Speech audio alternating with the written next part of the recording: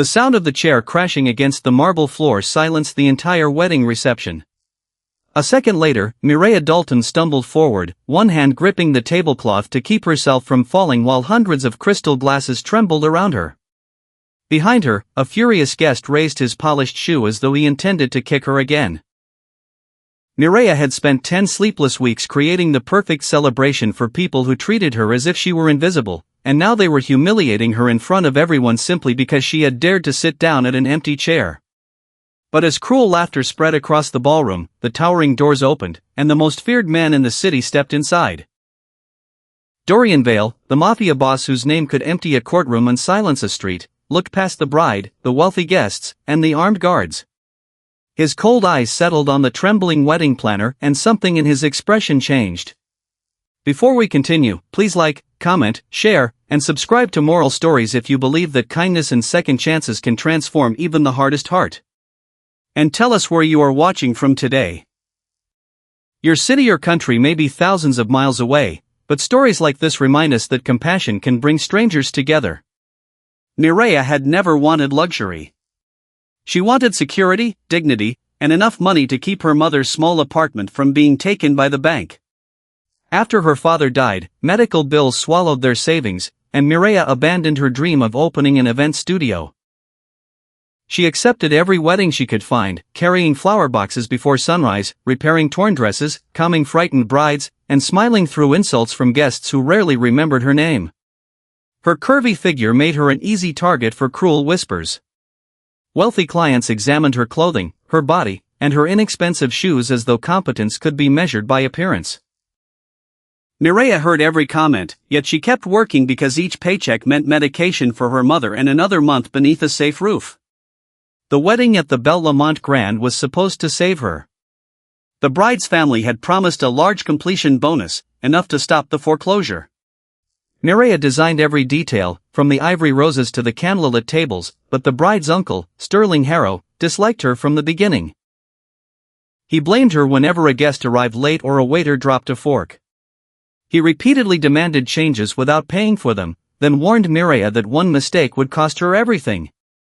During the reception, Mireya discovered that the caterers had not prepared a meal for the staff. She had been standing for 14 hours, her hands shaking from hunger, when an elderly server quietly pointed to an unused chair at the far end of the table. Mireya sat for less than a minute and took a small piece of bread. Sterling saw her and exploded. He announced loudly that hired help had no right to sit among respectable guests. His wife seized Mireya's arm, while Sterling dragged the chair away so violently that Mireya nearly fell. When she tried to explain that she felt faint, he mocked her weight and told her she could survive without another meal. Several guests laughed nervously. Others lowered their eyes, ashamed but unwilling to challenge a powerful man. Then Sterling kicked the back of her chair and ordered her out before she contaminated the photographs. That was the moment Dorian Vale entered. Dorian had not come for the wedding. The groom's father owed him a dangerous debt, and he had arrived to collect documents before leaving unnoticed. 6 bodyguards followed him through the doors, but he stopped when he saw Mireya bracing herself against the table, her face burning with humiliation. Sterling immediately released her and attempted to welcome Dorian as an honored guest. Dorian ignored him. He walked through the silent ballroom, removed his black suit jacket, and placed it gently around Mireya's shoulders. Everyone expected violence. Stories about Dorian described a ruthless man who never forgave disrespect. Instead, he pulled out the chair beside the bride's father and asked Mireya to sit. When she hesitated, he lowered his voice and told her that the only person in the room who had earned a seat was the woman who had built everything they were enjoying. Then he sat beside her and requested 2 dinner plates, one for Mireya and one for himself. The orchestra stopped. Cameras turned toward them. Sterling's face darkened as Dorian cut a piece of bread, placed it on Mireya's plate, and waited until she took a bite. It was not romantic or theatrical. It was a deliberate act of respect performed before every person who had denied her humanity. Dorian then asked the bride who had designed the reception. She admitted that Mireya had. He asked who had solved the transportation problem, replaced the damaged flowers, and prevented the wedding cake from collapsing that morning. Again, the answer was Mireia. Dorian rose and looked across the glittering room. He said that wealth did not create class, and a tailored suit could not disguise cruelty.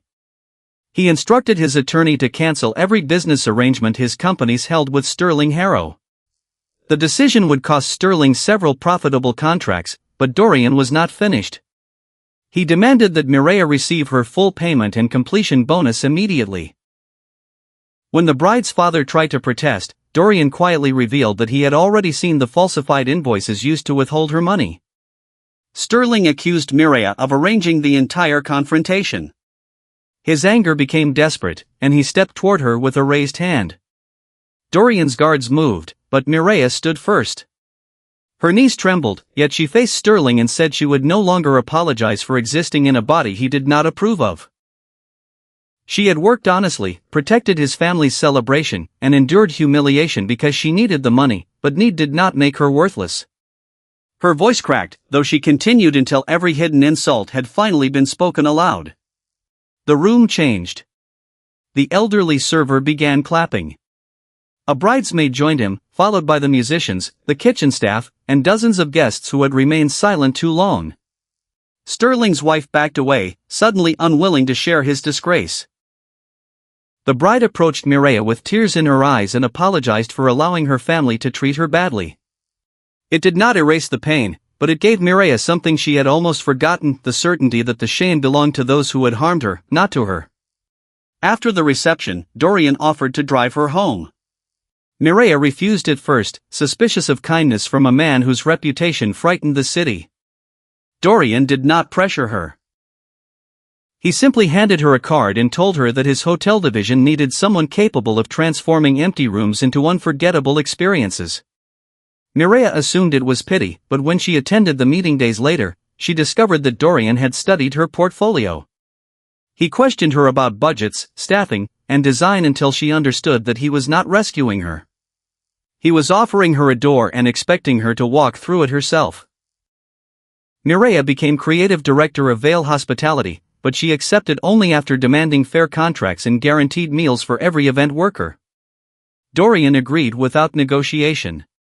Over the following months, she redesigned his neglected hotels and introduced policies protecting employees from harassment. Revenue increased, yet the greater change occurred in Dorian. Mireia learned that his mother had once cleaned banquet halls and had died believing powerful people would never see her as equal. Watching Mireia humiliated had awakened a wound he had hidden beneath years of anger. Their relationship grew slowly, not through expensive gifts, but through quiet acts. Dorian drove Mireia's mother to medical appointments when Mireia was trapped at work. Mireia persuaded him to fund job training for women rebuilding their lives after hardship. She challenged his cruelty when fear became his first answer, and he reminded her that she did not need to shrink herself to make others comfortable. They did not magically heal each other. They simply created a place where healing was possible. 1 year later, Mireia returned to the Belle Lamont Grand, not as an exhausted planner begging for payment, but as the owner of her own event company. The hotel hosted a dinner celebrating workers who were usually hidden behind kitchen doors and service corridors. Every server, cleaner, driver, and coordinator sat at the main tables. Dorian stood near the entrance, watching Mireia welcome them by name. In the center of the ballroom was the same gold chair from which she had once been thrown. Mireia had kept it as a reminder that dignity was not something powerful people gave. It was something no one had the right to take. If Mireia's courage and Dorian's unexpected choice touched your heart, please support this video by liking, sharing, and subscribing to Moral Stories. Your engagement helps more stories about dignity, compassion, and second chances reach people who may desperately need to hear them.